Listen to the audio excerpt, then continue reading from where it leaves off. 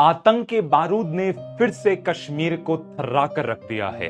इसके पीछे और कोई नहीं बल्कि पाकिस्तान के भेजे हुए आतंकवादी थे।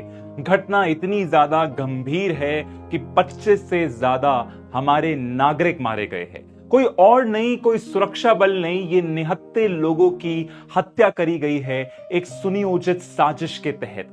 25 साल के बाद ऐसी बड़ी घटना हुई है जिससे पूरे भारत के अंदर एक शोक की लहर है, साथ ही में भरा हुआ है गुस्सा। जम्मू कश्मीर के पहलगाम में हुए हमले के अंदर बहुत सारी जाने गई है मासूम लोगों की। एक ऐसी जगह जहां पर लाखों टूरिस्ट आने लग गए थे आर्टिकल 370 के बाद। लग रहा था कि कश्मीर के अंदर जैसे खुशहाली है, पाकिस्तान के मुंह पर एक तमाचा है, लेकिन पाकिस्तान अपनी नापाक करतूतों से बाज नहीं आ रहा। ऐसी जगह पर, इतनी खूबसूरत जगह पर अपने परिवार के साथ छुट्टियों पे आए थे, बच्चों के साथ आए थे, लेकिन इसी हंसी ठिठोली के बीच के अंदर इस तरीके का दर्दनाक मंजर देखने को मिलेगा। ये तस्वीर याद रखिए, हर भारतवासी के जहन में ये तस्वीर अब छपी हुई है, जहां पर आतंकवादी आते हैं और एक भारतीय को मार देते हैं। मारने से पहले पूछते हैं उसका धर्म। अगर वो किसी विशेष समुदाय से नहीं जुड़ा तो वो बच जाएगा, और किसी भी धर्म का हुआ तो उसको मिलेगी एक गोली, मतलब मौत। और यही हुआ जब उसकी पत्नी उसके सामने गिड़गिड़ाने लगी, उस आतंकवादी से बोलने लगे कि मुझे भी मार दो, मैं अब कैसे जीऊंगी।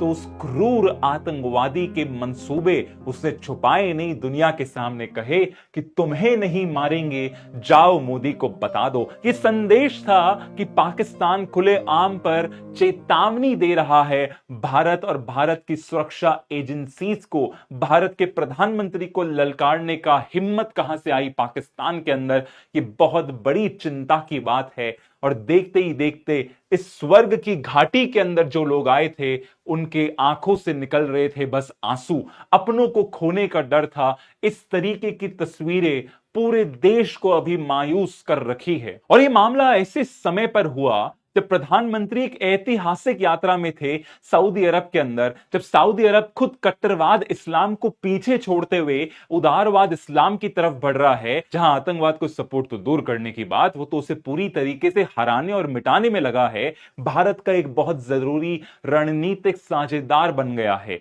लेकिन उसी समय पाकिस्तान ये पूरा षड्यंत्र रचता है जब प्रधानमंत्री सऊदी अरब की यात्रा में होते हैं और साथ ही के अंदर यूएस के उपराष्ट्रपति जेडी वांस भारत की यात्रा पर होते हैं।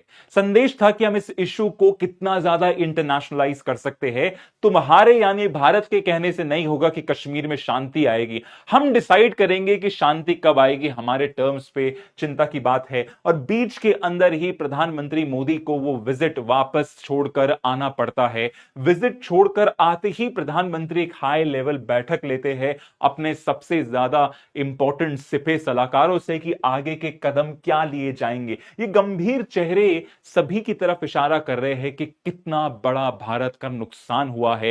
ये भारत के मस्तक यानी कश्मीर पर एक कुल्हाड़ी से दिया गया वार है, जिसे भरना बहुत ज्यादा मुश्किल होगा। इस आतंकवादी घटना को लेकर पूरी दुनिया भी स्तब्ध है, हर तरीके से आलोचना होती है। भारत के साथ सभी देश एक के बाद एक प्रतिक्रिया देते हैं उसके सपोर्ट के अंदर, टेररिज्म को कंडेम करते हुए। जहां पर इमानुएल मैक्रों फ्रांस के राष्ट्रपति इसको कंडेम करते हैं, और तो और एंथनी अल्बनीज ऑस्ट्रेलिया के प्रधानमंत्री हो या फिर बेंजामिन नेतन्याहू इजराइल के हो, ये इसकी घोर निंदा करते हैं।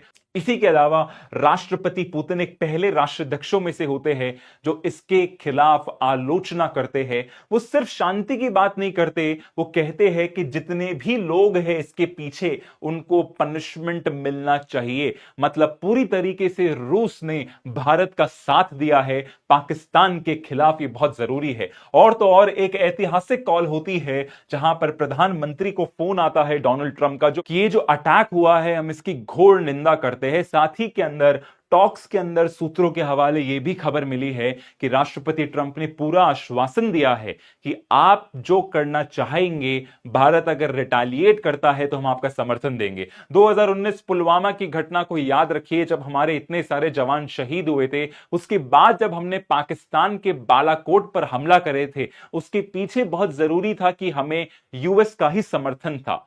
और कौन थे राष्ट्रपति? Donald Trump. तो इस बार भी उनका मोदी जी को फोन करके मोदी जी का साथ देना कि हम भारत के साथ है आतंकवाद के खिलाफ, एक बहुत बड़ा पॉजिटिव साइन है कि इंडिया कुछ बड़ा करने वाला है, उसके पीछे मासिव सपोर्ट है।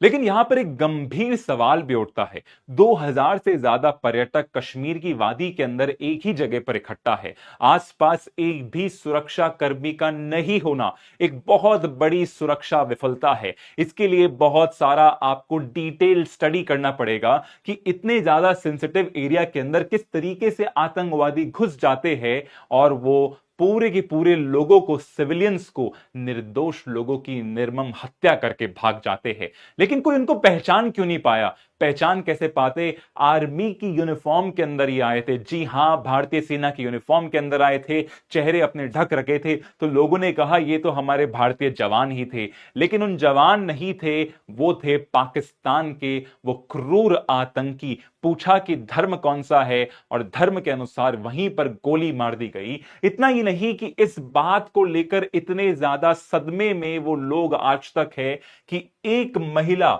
जब उसने इंडियन आर्मी उसको बचाने आई तो वो चीख कर डर गई कि दूर रहो मुझसे, क्योंकि आतंकवादी ने भी इंडियन आर्मी की वो ही कमीज पहनी थी, वो ही कपड़े पहने थे।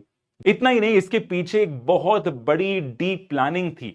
सबसे बड़ी डीप प्लानिंग की उन्होंने चूज कर रखा था कि किस स्थल पर वो ये पूरा का पूरा आतंकी हमला करेंगे, कौन होगा इसके पीछे, कितने लोग जाएंगे। यहां तक कैलकुलेटेड था कि किस समय भारतीय सेना जवानों के साथ हम पे हमला करने आएगी। इनकी मदद करने वाले थे वहीं के लोकल कश्मीरी लोग, ओवरग्राउंड वर्कर्स जिन्हें कहा जाते हैं। OGWs इनकी आंखें हैं, इनके कान हैं, जो इनको शरण देते हैं, इनको मेडिसिन देते हैं, इनको पैसे देते हैं, इनको छुपने में मदद करते हैं, क्योंकि वो अपने देश के खिलाफ है, वो गद्दार है। और ऐसे गद्दार लोग साथ देते हैं इन आतंकवादी का, वो OGWs जिन्हें कहा जाता है। इन्हीं तरीके से ये पूरा का पूरा एक कैलकुलेटेड मूव था जिससे ज्यादा से ज्यादा कैजुअलिटी हो, और वो भी एक ऐसे समय पर जहां कश्मीर के अंदर पूरी तरीके से टूरिज्म फल फूल रहा है। पहलगाम कोई छोटी मोटी जगह नहीं है।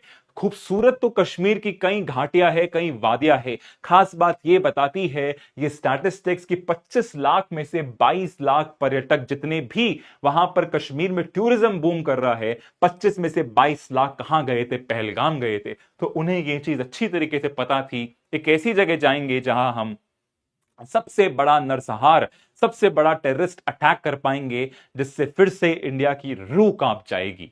लेकिन फिर यह सवाल उठता है कि अगर आतंकवादी टूरिस्ट पर हमला कर रहे हैं तो आखिरकार ये नहीं कश्मीरी लोगों की रोजी रोटी पर संकट आ जाएगा, महागरीबी फैलेगी। लेकिन याद रखिए, ये जो कश्मीरी आतंकवादी है ये लड़के नहीं है, ये अब पाकिस्तान के भेजे हुए आतंकवादी है जिन्हें कोई किसी कश्मीरी से प्यार नहीं है। ये तो सिर्फ कश्मीर की जमीन हड़पना चाहते हैं। चाहे लोगों को कितना भी मारा जाए, चाहे कश्मीरियों पर कितना बड़ा संकट आए, उन्हें कोई फर्क नहीं पड़ता, क्योंकि 90% जो आतंकवादी अभी ऑपरेट कर रहे हैं कश्मीर के अंदर वो पाकिस्तान की तरफ से है। सपोर्ट दिखाता है कि नंबर 1 कि भारत के खिलाफ जो गुस्सा था वो अब नहीं है, क्योंकि लोगों को मिल रहा है रोजगार, लोगों की लाइफ में एक सकारात्मक चेंज आया है। बड़े बड़े जो पैकेज अनाउंस करे उन्होंने कश्मीरियों की जिंदगी बदल दी। वो आतंकवाद का रास्ता नहीं अपनाना चाहते। लेकिन पाकिस्तान कहां अपनी चालबाजी से पीछे हटेगा? वो तो लगातार इस तरीके के षड्यंत्र रचता रहता है जिससे और ज्यादा नुकसान हो, जिससे कश्मीर आग की तरह पूरी तरीके से सुलगे। और यहां पर उन्होंने कश्मीर की सबसे बड़ी इकोनॉमी पर खंजर घोंपा है। 26/11 मुंबई पर हुआ था, लेकिन वो आर्थिक राजधानी थी और टूरिज्म पूरा बैकबोन है कश्मीर का। आज वहां पर पाकिस्तानी ने खंजर घोंपा है। लाखों कश्मीरी लोगों की रोजी रोटी पर संकट आना तय है। बहुत बड़ा झटका। टूरिज्म वापस रिवाइव नहीं कर पाएगा। लोगों में भय का माहौल बनाने का ही संदेश था पाकिस्तान का। और तो और ये जो आतंकवादी घटना है, इससे पूरी तरीके से पाकिस्तान ने बताया था कि जो मोदी सरकार कह रही है कि नॉर्मलसी आ गई, आतंकवाद रुक गया, ये सब झूठ है। ऐसा कुछ भी नहीं हुआ। देखो अभी भी आतंकवादी घटनाएं हो रही है और ये बहुत बड़ी चिंता की बात है उसके अनुसार। और ये कोई पहली बार नहीं है जब इस तरह की हाई प्रोफाइल विजिट जब हमारे इंडिया के अंदर होती है, ताकि ये इशू पूरी दुनिया भर के सामने उसका ढिंडोरा पीछे कि देखिए कश्मीर के अंदर क्या हो रहा है, ये रेबल्स है, आपस के लोग लड़ रहे हैं कश्मीरी। और ये जो स्पीच थी आसिम मुनीर की, इस पर हमने बहुत मजाक उड़ाया कि देखो पाकिस्तान तुम कटोरा लेके बैठे हो, आज भी तुम इन चीजों पे बैठे हैं। हम भूल गए थे कि कुछ ही चंद घंटों पहले इन्होंने स्पीच दी थी, इशारा काफी था, लेकिन अब समझदार नहीं थे जब कहा कि हमारी कौम अलग है, खाने पीने की चीजें अलग है, हम टू नेशन थ्योरी पर बने हुए हैं। साफ था कि दोस्ती का संदेश मैं तुम्हें नहीं दे रहा हूं, मैं नफरत से भरा हुआ हूं कि हम टू नेशन थ्योरी में विश्वास करते हैं, अमन की आशा हम तुम्हारे साथ किसी भी हालत में नहीं करना चाहते हैं।